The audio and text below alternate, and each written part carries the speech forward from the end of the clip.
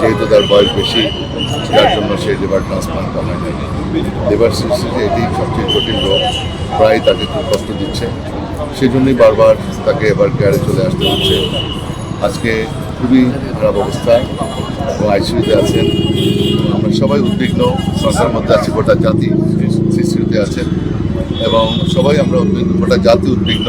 বিভিন্ন রাজনৈতিক দল সবাই আমার নেত্রীর জন্য, মুক্তির জন্য দোয়া চেয়েছেন এবং মাননীয় প্রধান উপদেষ্টা উনিও দোয়া চেয়েছেন এবং আমরা গোটা দেশবাসীর আজকে অভিভাবক উনি।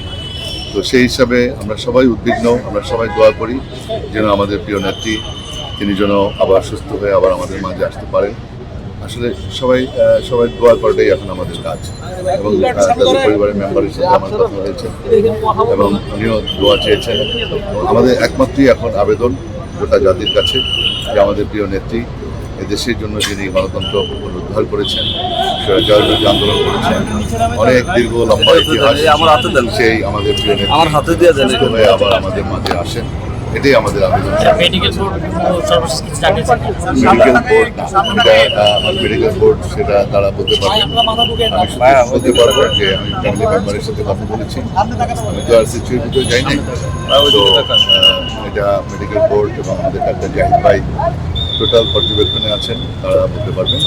আমি শুধু আমি তাদের ফ্যামিলি মেম্বার ছোট পরিষদ দেখা হয়েছে, তার কাছ থেকে আমি সব কিছু জেনেছি। আপনারা সবাই দোয়া করবেন, দোয়া চেয়েছেন, আপনারা সবাই দোয়া করবেন। Thank you.